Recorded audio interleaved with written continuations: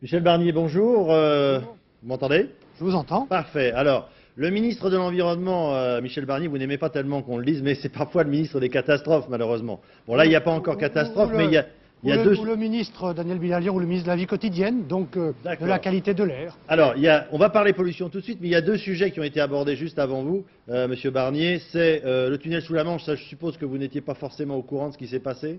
Non, j'ai entendu votre information. Je pense que le ministre des Transports et de l'Équipement donnera la position du gouvernement s'il doit le faire dans la journée. Bien. Alors, deuxième chose, l'essence sans plomb, dont les taxes rattrapent le super normal. Alors, le ministre de l'Environnement que vous êtes, est-ce qu'il trouve ça normal, lui? Il n'est pas juste de dire que la fiscalité de l'essence sans plomb rattrape. Ce qui m'apportait, moi, c'est qu'on garde une différence. Sans doute, elle est réduite. Elle est réduite, c'est la vérité, parce qu'il faut trouver de l'argent. Ne racontons pas d'histoire aux gens qui nous écoutent. Il faut trouver de l'argent, il faut réduire les déficits. Je crois que chaque citoyen a intérêt vraiment à ce qu'on réduise les déficits publics. Mais ce qui m'apportait, moi, comme ministre de l'Environnement, c'est qu'on garde une différence, et cette différence n'est pas négligeable, puisqu'elle reste de 20 centimes en faveur de l'essence sans plomb. Bien, alors, venons-en à ce système anti-pollution que vous avez inauguré ce matin. Il y a un rapport qui est tout de même assez délicat, qui est en train de sortir, Monsieur Barnier, sur la pollution à Paris. Il y a une enquête très sérieuse. On a pris une dizaine de jours, par exemple, par an, où il y a un peu plus de pollution que d'habitude. Et on s'est aperçu que ces jours-là, il y avait par exemple chez des personnes qui sont déjà handicapées, bien entendu, pas chez les bien portants, une augmentation de la mortalité qui pouvait aller jusqu'à 5%, une augmentation des hospitalisations ou des arrêts de travail, plus 20%, aggravation de l'asthme et de la sinusite. La pollution existe depuis le début du siècle. Autrefois, c'était davantage le chauffage et l'industrie. Maintenant, on le voit, ce sont les transports, notamment les voitures et les camions qui sont à l'origine de cette pollution. L'enquête dont vous parlez a été faite par la région Île-de-France dans un souci de vérité entre 87 et 92. Et qu'est-ce qu'elle montre? Elle montre en effet qu'il y a un lien entre les pics de pollution, notamment l'été, et les soins apportés et les problèmes rencontrés dans la santé de certaines catégories de la population, les enfants, les personnes âgées ou les personnes fragiles. Elle montre aussi que certains polluants ont diminué, notamment ce qui est lié au dioxyde de soufre ou aux poussières, et qu'en revanche, s'aggravent certains autres polluants qui sont liés au transport, le CO2 ou l'ozone. Voilà. Ce qui me paraît important, c'est de dire que si la pollution existe depuis longtemps, ce qui est nouveau, c'est que maintenant on le sait, et que le gouvernement veut jouer la carte de la transparence, dire la vérité aux gens qui sont devant leur poste en ce moment, qui conduisent leur voiture, qui sont dans leur maison. Ils ont le droit de savoir si la qualité de l'air est bonne ou si elle n'est pas bonne. Alors, à partir du moment où on sait, où on dit la vérité, je crois qu'on peut mieux agir. Et alors justement, les Verts du Conseil général de l'Île-de-France estiment que, par exemple, les normes qui sont celles de Paris sont inférieures à celles de la communauté européenne, à savoir donc qu'on déclencherait les avertissements à Paris bien plus tard que si nous étions dans une autre capitale. Vous contestez cette affirmation?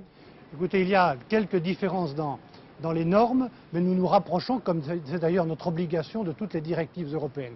Moi, je ne veux pas rentrer dans une polémique avec les Verts. Je pense que les Verts qui nous regardent devraient au contraire approuver et être satisfaits que pour la première fois, un gouvernement joue à ce point la carte de la transparence et de la vérité. Nous mettons ici, je suis sur la Tour Eiffel, un système qui n'existe nulle part ailleurs dans aucune capitale du monde. Et ce que je veux dire aux Français qui nous écoutent, c'est qu'au-delà de la région parisienne, d'ici l'an 2000, 6 petites années, le même système de surveillance sera mis en place dans toutes les agglomérations de plus de 100 000 habitants en France.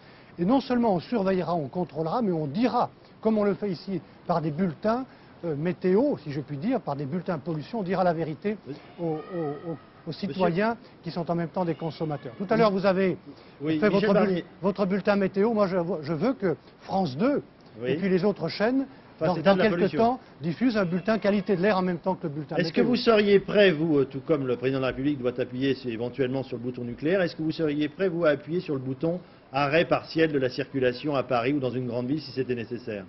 Bien entendu.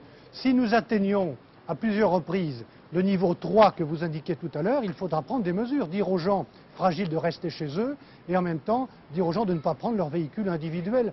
Mais au-delà de la réaction qu'on peut avoir dans l'urgence, moi je crois qu'il faut réduire à la source la pollution, c'est-à-dire avoir des véhicules mieux contrôlés, moins polluants, équipés systématiquement de pots catalytiques par exemple, et puis probablement, mais c'est plus difficile, il faut sans doute du courage, redistribuer autrement la circulation dans les villes, qu'il y ait moins de voitures dans les villes.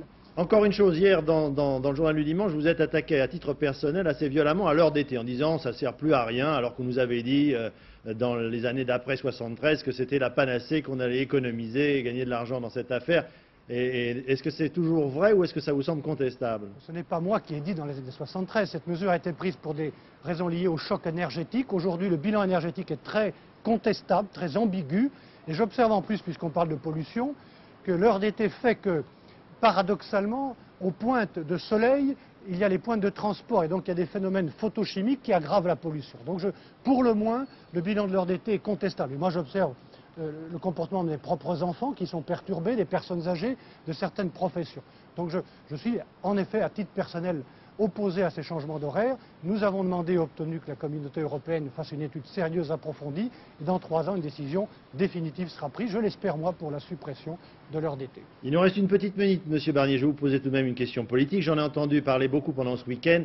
On parle de candidature UDF, de candidature RPR. On n'est plus dans la candidature unique. Il y a toujours ceux qui voudraient qu'on fasse des primaires pour qu'il y ait cette candidature unique. Quelle est votre position, vous? Préférez quoi?